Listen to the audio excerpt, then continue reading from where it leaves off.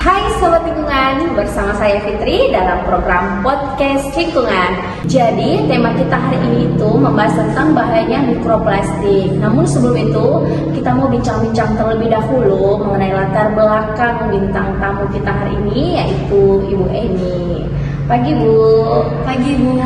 Baik, bisa dijelaskan latar belakang details Ibu Eni dulu kepada teman-teman Sobat Lingkungan. Ya baik, jadi sebenarnya teman-teman, perkenalkan saya Eni.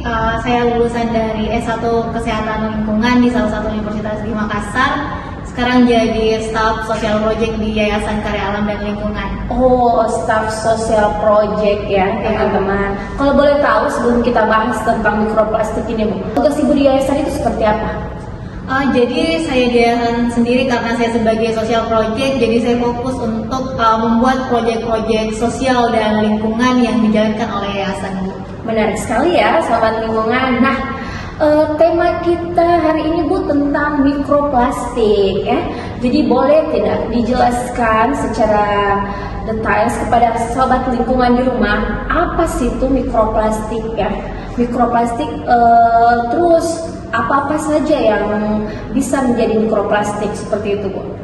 Baik Bu, jadi teman-teman sekalian, sebenarnya mikroplastik itu dia plastik kecil Bu, kayak dia plastik mikro, dia ukurannya itu kurang dari 5 mm, jadi dia memang tidak kasat mata, cuma bisa dilihat di mikroskop. Oh, berarti sangat kecil ya Bu? Ukurannya sangat-sangat kecil, jadi mikroplastik ini biasa berasal dari kayak sampah-sampah plastik ataupun kayak styrofoam ataupun kayak jaring-jaring penangkap ikan. Jadi kalau misalkan styrofoam terdegradasi di lingkungan, misalkan dia kena panas, dia bakalan jadi plastik-plastik kecil. Nah itu juga dia termasuk mikroplastik. Jadi misal nih kayak teman-teman buang sampah plastiknya nih di lingkungan, nah dia terkena panas ataupun dia nanti bakalan berubah menjadi bahan-bahan yang lebih kecil yang kayak saya tadi bilang, dia berukuran kurang dari 5 mm, jadi dia nggak terlihat Bu. Jadi misal nih kayak teman-teman buang sampahnya di laut, dia buang mungkin styrofoam bekas makanannya, nah itu kayak dia terdegradasi di laut, dia bakalan jadi mikroplastik ini yang nantinya misalkan dia tersedimentasi namanya Bu. Jadi kayak dia berkumpul nih di lautan, bakalan dimakan sama ikan-ikan kecil, karena kan ikan-ikan kecil tuh dia makanannya fitoplankton Bu, yang notabene dia juga kecil. Jadi kadang nih ikan ataupun binatang laut lainnya dia udah tahu nih ternyata dia bukan makan plankton tapi dia makannya mikroplastik. Oh, seperti itu ya. Jadi sangat berbahaya tentunya mikroplastik ini. Pertanyaannya, mikroplastik ini hanya ditemukan di laut atau di tempat lain mungkin Bu? Tidak Bu, intinya mikroplastik ini biasa ditemukan dari kayak berbagai bahan-bahan yang asalnya memang dari plastik. Misal nih kayak dari air minum ibu yang dari botol plastik yang kemudian disimpan lama, bisa jadi kemudian dari botol tersebut ada plastiknya yang terurai dan mengkontaminasi mikroplastik ke minuman tersebut. Ataupun misal kayak dari bahan pakaian Bu yang kita cuci ini, sebenarnya ketika dia dicuci dia kemudian mengeluarkan berbagai mikroplastik yang dapat mencemari lingkungan. Oh, jadi mikroplastik ini bukan cuma ditemukan, sebenarnya dia kandungan dari sampah-sampah ya, yang terurai menjadi sangat kecil. Nah, Ibu ini tadi sempat bahas bahayanya kalau dikonsumsi, bukan konsumsi, jadi bahan makanan ikan-ikan di laut. Itu bagaimana prosesnya Bu? Jadi kayak misal yang tadi saya bilang bahwa plastik yang kemudian tambah banyak nih plastik yang kita buang ke laut, nah dia kemudian terdegradasi plastik tersebut, dia kayak tersedimentasi di laut. Nah jadi ikan-ikan tersebut yang kemudian dari mikroplastiknya mungkin dimakan oleh ikan tersebut, atau dari mikroplastiknya terabsorpsi di kulitnya ikan laut, ikan-ikan ataupun kerang. Jadi sudah ada sebenarnya beberapa penelitian yang menyebutkan banyak nih kerang-kerang ataupun ikan-ikan di laut Indonesia yang sudah tercemar mikroplastik Bu. Jadi misal kita makan ikannya, jadi mikroplastik itu bukan sekali yang kayak saya makan nih ikan yang mengandung mikroplastik saya langsung sakit. Nah dia nggak begitu gejalanya teman-teman. Jadi dia bakalan terakumulasi ya sahabat. Jadi kayak teman-teman nggak sekali konsumsi ikan yang mengandung mikroplastik langsung sakit nih, tapi dia terakumulasi nih lama-kelamaan. dan untuk penyakit seperti itu Bu, dia lama untuk menyebabkan penyakitnya, tapi untuk penyakit-penyakit tersebut dia juga lama sembuhnya Bu, karena dia menumpuk di dalam tubuh kita. Jadi seperti itu sobat lingkungan. Jadi menurut Ibu Eni ini yang latar belakang kesehatan lingkungan, mungkin tidak ya banyak banget penyakit-penyakit aneh akhir-akhir ini loh. Di entah itu tumor lah, kanker, apa itu bisa penyebab salah satunya adalah mikroplastik. Terkait hal tersebut Bu, bisa jadi sebenarnya karena untuk DLHK dan Kementerian Kesehatan sendiri, mereka sebenarnya sedang melakukan penelitian terkait mikroplastik. Jadi sebenarnya untuk di Indonesia sendiri baku mutu mikroplastik itu belum ada Bu. Jadi kayak belum ada ketentuan misalkan mikroplastik di makanan itu harus sekian dan sekian. Jadi sekarang untuk penentuannya itu Bu, mikroplastik disebutkan sebagai benda asing. Jadi kayak mikroplastik ini di Indonesia belum dikenali nih, apa nih dia, berapa baku mutunya.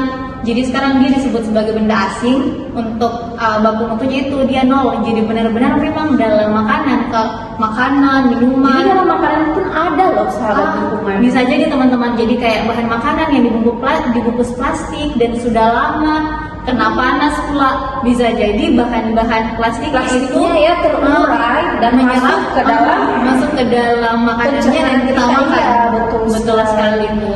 Nah, menarik sekali ya Bu, ini kita bahas mikroplastik pagi ini. Jadi kira-kira solusi apa yang kita bisa tawarkan kepada sobat lingkungan di rumah tentunya agar kita tidak terlalu banyak deh terkontaminasi dengan yang namanya mikroplastik itu. Oke, kalau saran dari saya sendiri sih mungkin yang pertama ya teman-teman jangan buang sampah sembarangan, apalagi buang sampah ke laut, karena laut sekarang kita sudah sangat tercemar, apalagi beberapa data menyebutkan bahwa Indonesia itu lautnya tercemar kelima. Dan mungkin kelima lah teman-teman dari seluruh dunia nih, bukan cuma Asia. Jadi sebaiknya teman-teman mengurangi kebiasaan buruknya untuk membuang sampah sembarangan di laut ya. Sama teman-teman mungkin kalau belanja ya bisa belanja di pasar tradisional Bu, yang dia belum yang kayak dia tidak terpacking sama plastik-plastik. Betul sekali. Ataupun teman-teman bisa mengurangi sampah plastiknya dengan ke Indomaret, Indo April ya. mungkin bisa pas ke Indo April atau toko swalayan lainnya pakai tote bag ya, lebih ramah lingkungan tentunya. Betul sekali.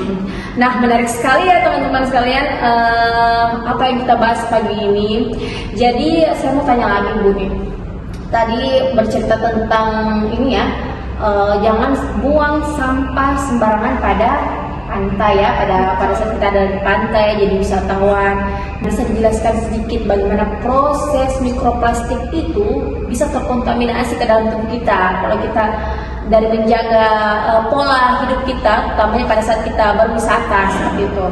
Ya, jadi teman-teman sebaiknya tidak membuang sampah sembarangan ya, karena misalnya teman-teman buang sampahnya sembarangan dan notabene di laut ini sudah banyak sekali sampah yang bertebaran. Jadi ikan ataupun seafood yang teman-teman makan, apalagi nih yang suka banget makan kerang hijau, yang notabene banyak sekali kerang hijau yang sudah tercemar. Jadi ketika teman-teman terbiasa untuk mengkonsumsi makanan tersebut yang mengandung mikroplastik, mikroplastiknya ini bisa terakumulasi dalam dirinya teman-teman. Jadi mungkin teman-teman sekarang yang masih muda, yang kayak saya masih enggak apa-apa nih, enggak ada efeknya bagi saya. Tapi nanti kalau teman-teman sudah bertambah usianya, bisa jadi teman-teman bisa komplikasi nih penyakit. Iya, karena kan dia sudah terakumulasi kan di dalam langsung ceritanya, jadi tidak langsung. Jadi mungkin kita cuek karena masih muda, pola makannya, kebiasaannya seperti itu. Nah, pertanyaan selanjutnya Bu, ini saya mau tahu, kira-kira mikroplastik itu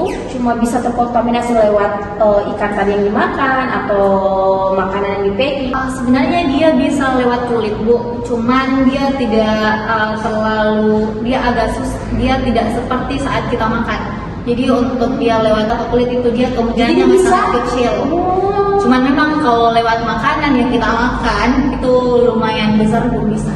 Betul sekali. Karena jadi kayak banyak lewat kulit pun itu dia bisa ya Bu, bisa. Hati-hati loh teman-teman.